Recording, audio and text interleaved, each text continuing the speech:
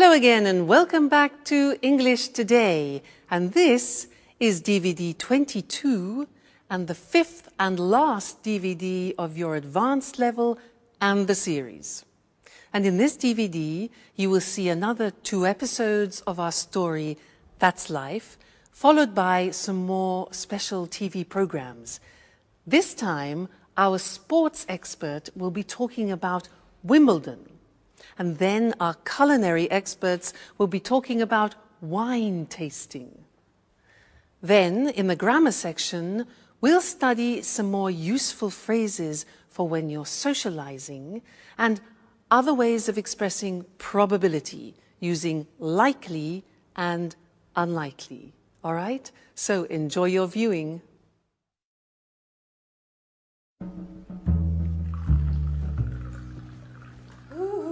Anne! Hi. I'm so happy you have accepted my invitation. What a strange voice you have. I almost wouldn't have recognized you. It's the thrill. You can't imagine how I've longed for this moment. Oh, really? You don't say. To be truthful, I'm rather emotional myself. Oh, I'm glad you feel that way. Slow down, boy. I really don't want to wake the others. Oh, the others. Never mind. Who cares if they find out? Actually, I'd rather they didn't. You know how I am. I'm shy and reserved. Oh, what a pity. I know. And that's why I'm crazy about you. Reserved with the others. But you are a tiger when it comes to what you want. Come again? Oh, you know exactly what I'm speaking about.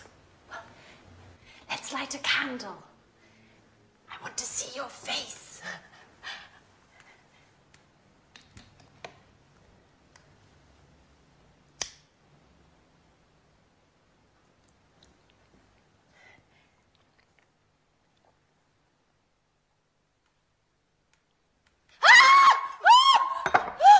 What are you doing here?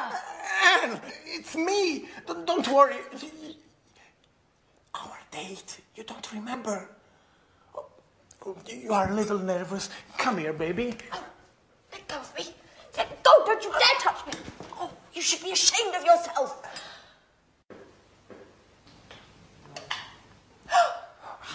Hey, what's going on in here?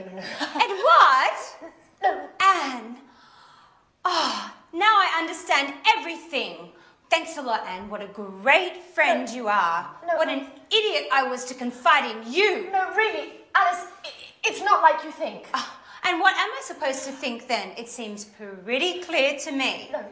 No, really. Let me explain. I thought it would be Jack. What does Jack have to do with it?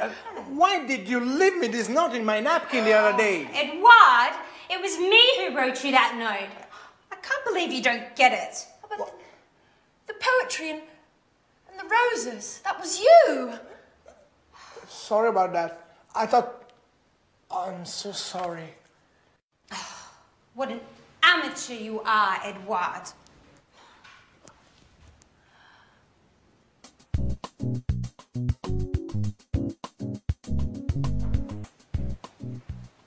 Hey, Anne. Hi. Have you read the paper? There's an article about Peter. Our singer has become famous. No, I haven't read it. To tell you the truth, I'm really not interested. What a pity. It's very interesting. Hey, Alice. Hi, Alice. Take a peek at the paper. There's an article about Peter. Whoopee. Glad to hear it. Who cares? Fun you girls are. It's quite the pleasure to hang out with you. Edward, at least you'll be interested. Would you like to read this article about our friend Peter? Actually, I wouldn't, Jack. Would somebody explain what's going on? I have never seen so many long faces. You and your expert advice.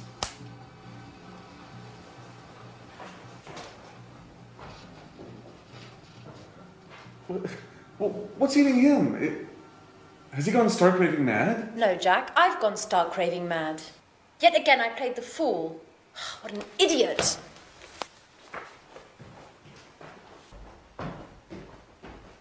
Okay, Alice, at least you'll explain what's going on. I'm in the dark here. It's a long story, Jack. A horrible mess.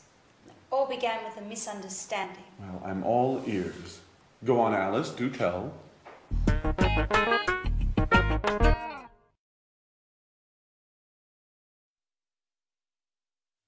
Hello again and welcome back. I want to look at some more socializing language with you because very often you just don't learn that when you study in schools and things like that. And it's very important when you're traveling to be able to socialize and feel confident. What I'm going to do is some of the things are new, some of the things you already know. Now, I'm going to say something to you and I want you to think about how we use these particular phrases. All right, so let's start. Now, if I say to you, never mind, don't worry, never mind, don't worry, when do we use that? Yeah, it's often in a situation where, for example, you disturb somebody, you say, oh, I'm terribly sorry, because you pour red wine on their trousers or something like that. I'm terribly sorry. The person apologizes and you say, never mind, don't worry. It means for you it's not important.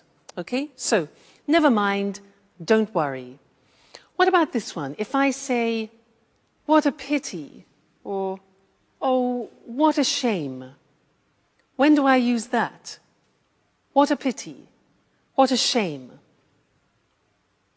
Yeah, it's to express your disappointment when something happens. Oh, you can't come tonight. What a pity. What a shame.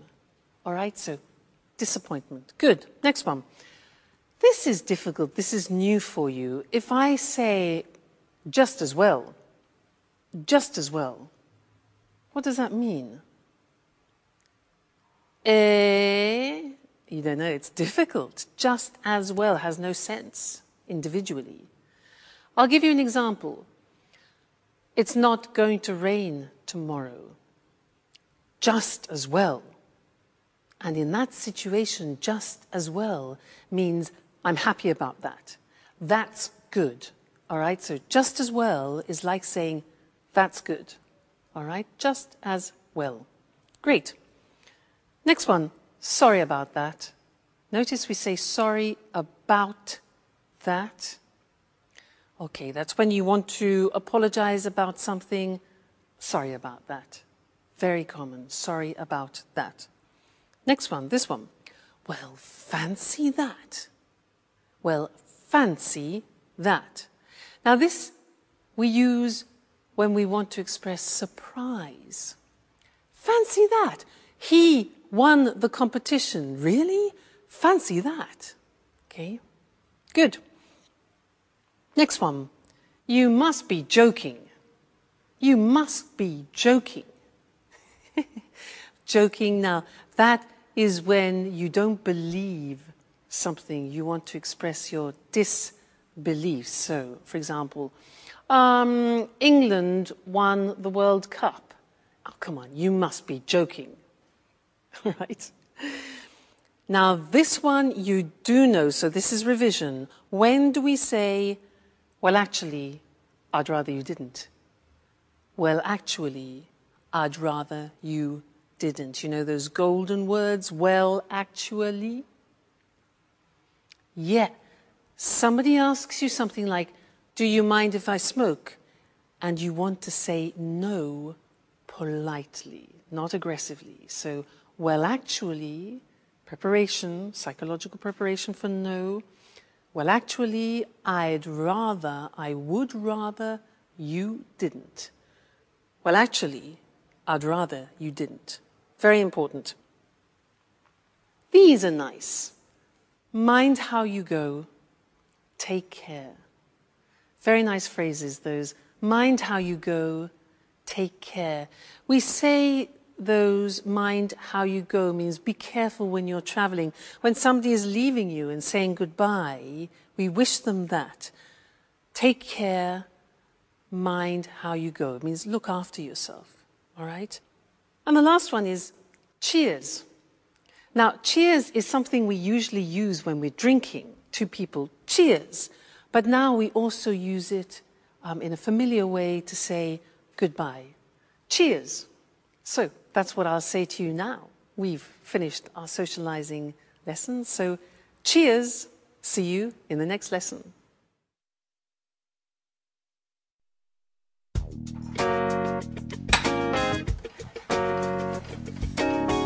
Hi, Anne. Have you got a minute? Hi, Jack. I'd like to have a word.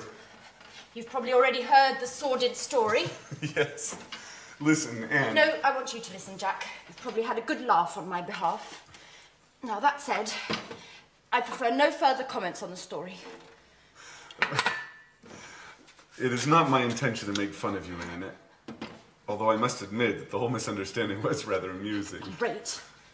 Now, pretty please, let's not talk about it anymore. Well, I would like to have a word about it. What I'm about to say is sure to surprise you. Nothing's bound to surprise me anymore, Jack. Anyway, listen. Don't worry. You don't have to explain. I know how things are. I know that you like me, but just as a friend. A friend that, listen, well, Anne. maybe if we'd met at some other time... Anne, excuse me. Things would have gone differently, and then, well, perhaps... Oh, blah, blah, blah, blah, blah, blah, blah. Anne, can I speak for 1 minute, please? Yes. Certainly, Jack. Thank you. Go right ahead. Now, you know how I suffered about Sharon. And well, after her, I didn't think I'd ever feel anything about another woman. But then you came back from your holiday and I started to feel better. I didn't think about Sharon so much. What are you getting at, Jack? And it was because of you that I managed to forget about Sharon. Well, that's what friends are for, n'est-ce pas? You really don't get it, do you? Get what, Jack? Anne, I'm trying to tell you that I'm in love with you. I didn't want to believe it at first. I thought I was attracted to you because I felt so alone in the world. But then this feeling grew, and when Alice told me about Edward, I realized it should have been me to bring you those flowers. Jack, if this is some kind of a joke, it's not very amusing. No, it's the truth, I swear. We were made for each other.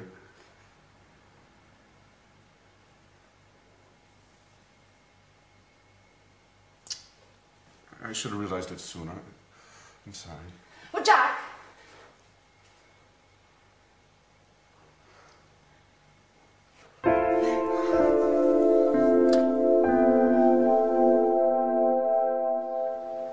So, Edward, are you going to explain why you called us all here today? What's so urgent? Well, listen.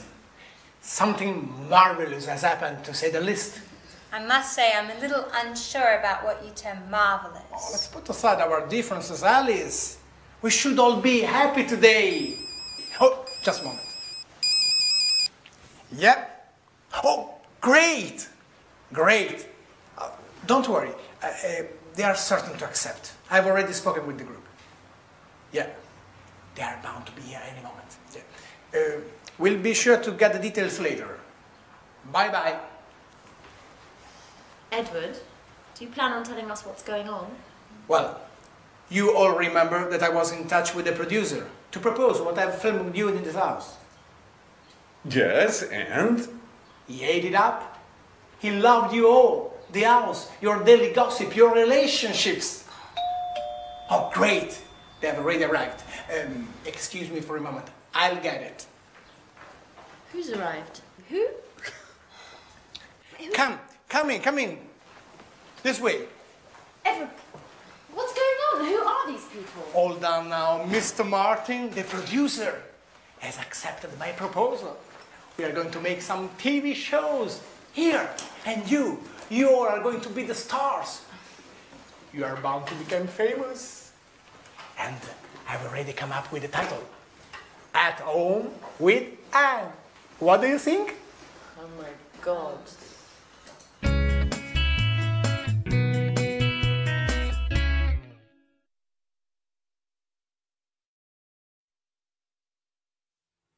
Hello again, and here we are at the last lesson. And if you are still with me, you are so dedicated, I would want to give you a medal. Fantastic. So in this last lesson, I want to say a couple more things about probability and improbability, because it's very important to have and to understand a couple of these words which I don't think you've heard before. So we'll go to the screen to look at these words because they're quite complicated. So, probability and improbability. Look at the screen. We can use two words, unlikely and likely. Have you ever heard of those? Unlikely and likely? No, maybe not. Let me show you how they work. I can say to you, if for example, let's take my sister. My sister is a gymnast. She's going in for a competition, but the probability that she will win is low. So to say that in English, I can say she's unlikely to win. Look at that structure. It's the verb to be plus unlikely plus the infinitive. So if I say to you, my sister is unlikely to win the competition, it means the probability is low. All right, so she's unlikely to win. Now, I can increase that negative probability by saying it's highly unlikely. For example, the weather. Let's say the weather. The weather is bad and the chances that it will be improved tomorrow, negative. I say it's highly unlikely to improve. Highly unlikely means it's almost impossible. So we can add highly to unlikely. You see, unusual structure this.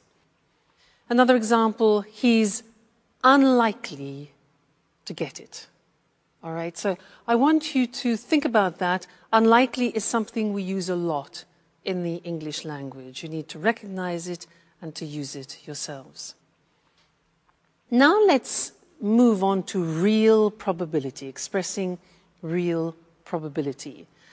In English, we can use the word certain, sure. These are words that you already know. But there's another word which I don't think you know, and it's bound, from the verb bind, bound, bound. Now, if I say to you, they're bound to accept, you'll probably think, what? Now, they are bound to accept means they are certain or they are sure to accept. So this is describing real probability. All right, bound to, sure to, certain to. Look at the examples. They're bound to accept it. We're sure to arrive on time. It's certain to work. Now let's take some examples and put them in sentences. I say to you, China will become a major world power. Now, what do you think about the probability of that? Well, high, yeah? So we could say China is highly likely, this is the positive form, highly likely to become a major world power. Another situation, what about this? In our lifetimes, a woman will become Pope. How about that? Right. We would say it's highly unlikely that a woman will become Pope. All right? Highly unlikely. Another example, the world's climate will continue to change. I think that's obvious, yeah? So we could say the world's climate is bound to continue, is sure to continue to change if we keep behaving like this. And one more. You'll learn English if you follow this course. That's for sure. So we would say, you're sure, you're bound to learn English if you follow this course. All right, so different ways for you to express probability, strong probability, less strong probability. Fantastic. Well, what can I say to you? You have been wonderful. You've studied hard, followed all the lessons. All I can say is keep practicing. Go to England, go to America, go to Canada, go on a holiday, speak to tourists, speak to friends, do courses, keep reading. It's important. You know, English is an important language. Today, it's not possible to work or live without it. So thank you for being such great students. And who knows, maybe you and I will bump into each other in a street in London. Well, I hope so. So take care. Look after yourselves, and good luck with your English, okay? Bye, and thanks again.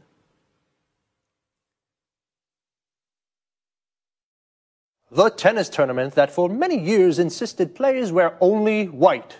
The tournament where the game's played on grass and where tradition is a key ingredient. Of course, I'm talking about Wimbledon. Good evening, I'm Eric Brown, and here in the studio with me to tell us more about this famous championship is John Forbes, our sports expert. Welcome, John. Good evening, Eric, and hello, everyone. So, John, can you tell us just why Wimbledon is by far the world's most prestigious tennis tournament? Well, Eric, the world's first international tournament took place at Wimbledon. Today, of course, there are many international tournaments, but Wimbledon has managed to retain a special place in the hearts of tennis fans and most players around the world. And when did the first championship take place? The first tournament took place in 1877, and there were a couple of hundred spectators. Today, nearly 500,000 people go to watch the tennis, and in addition, millions worldwide follow the games on television, radio, and via the internet. For many years, players used to wear white on court. No other colours were allowed. This has changed today, though. And the grass courts? Well, yes, it may be hard to believe, but the games are still played on natural grass. Obviously, a great deal of care and attention goes into getting the grass to the state of perfection. For example? For example, 1 ton of grass seed and 3 million litres of water a year, and a team of 14 groundsmen. 14? Yes, 14. But you know, Wimbledon's famous grass surface can cause problems. What sort of problems? Today, very few top-level championships are played on grass. The world's top players just aren't used to playing on grass anymore. And some top players really dislike grass. Were grass courts more common in the past? Yes, they were. 3 of the 4 Grand Slam tournaments used to be played on grass. I guess the one exception was the Roland Garros tournament in Paris. That's always been played on clay, right? That's right, Eric, but the Australian and the US Opens, which were originally played on grass, have now switched to surfaces requiring less maintenance, leaving only Wimbledon with the surface on which tennis originated. And what difference does the surface make? Actually, it makes a big difference, Eric. On grass courts, for example, serves can be very, very fast, over 210 kilometres per hour, and the ball tends to bounce lower than on other surfaces, giving attacking players an advantage. And the alternatives? One alternative is the clay surface of the courts of Roland Garros in Paris. Here, compared with Wimbledon, the game tends to be slower and the ball bounces higher, giving the defensive players the advantage. Fascinating. Okay, thank you, John. One last question. Where exactly is Wimbledon? Wimbledon is a pleasant, leafy suburb in southwest London.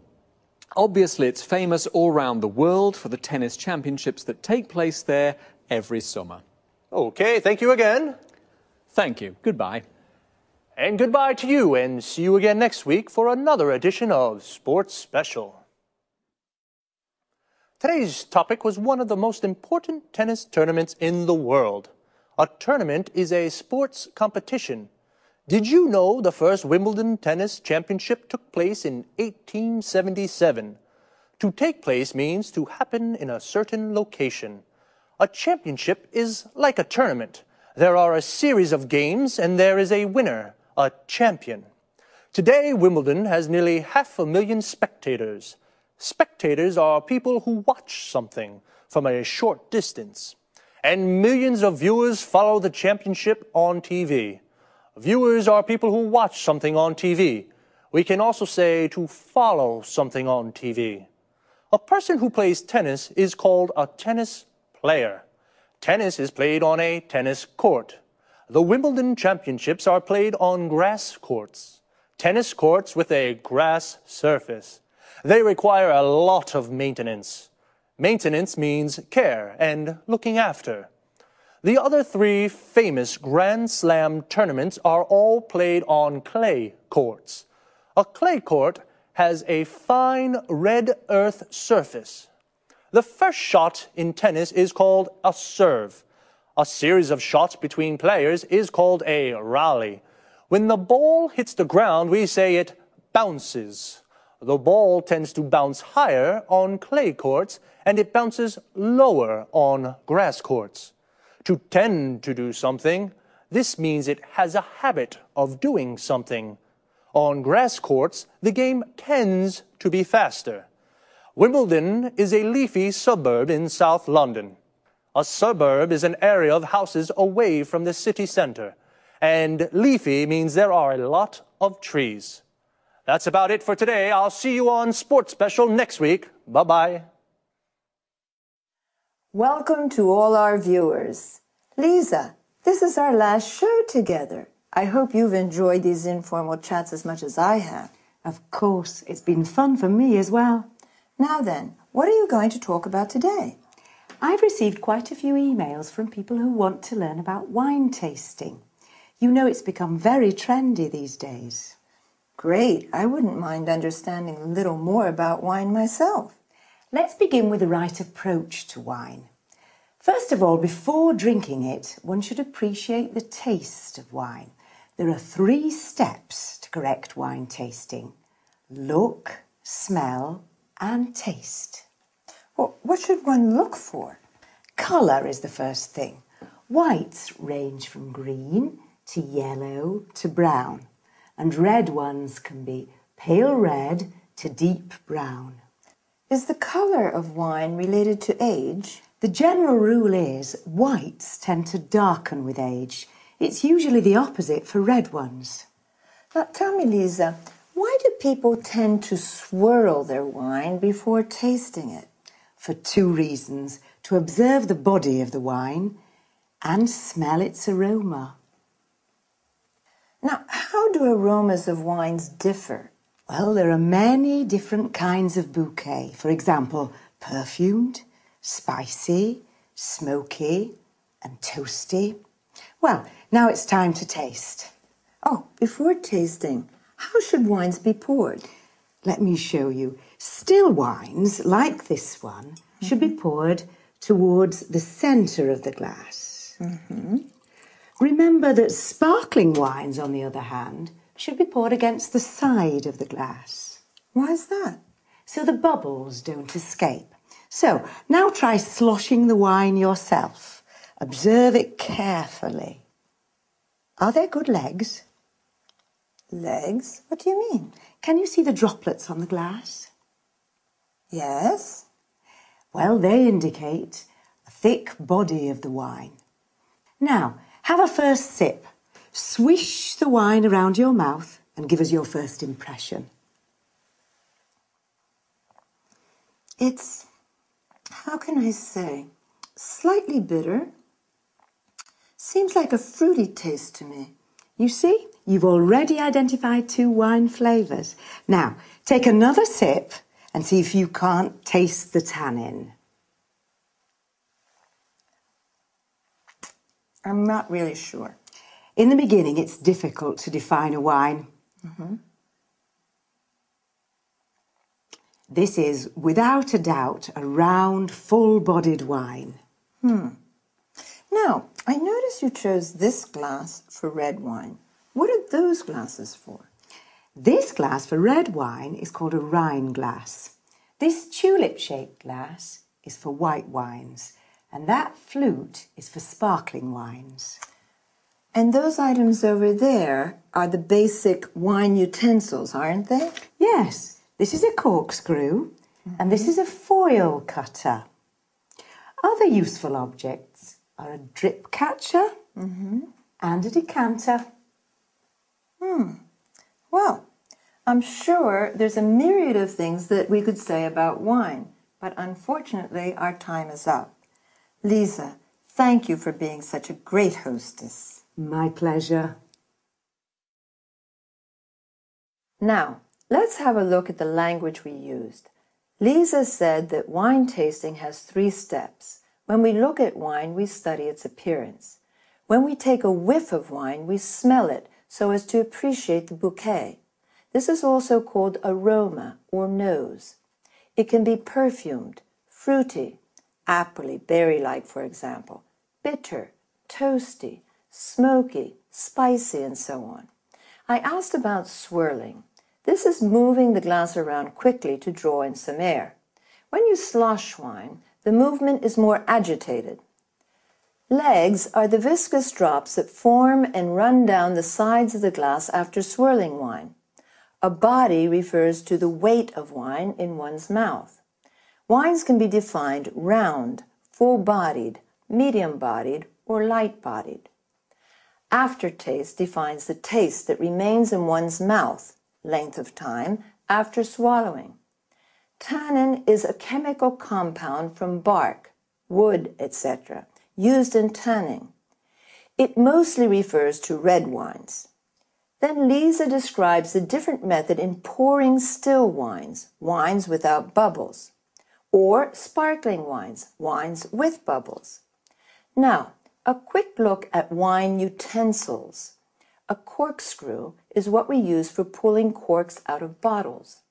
A drip catcher will avoid drops falling on the tablecloth. To let wines breathe, we use a decanter. Thank you very much for your attention. Goodbye.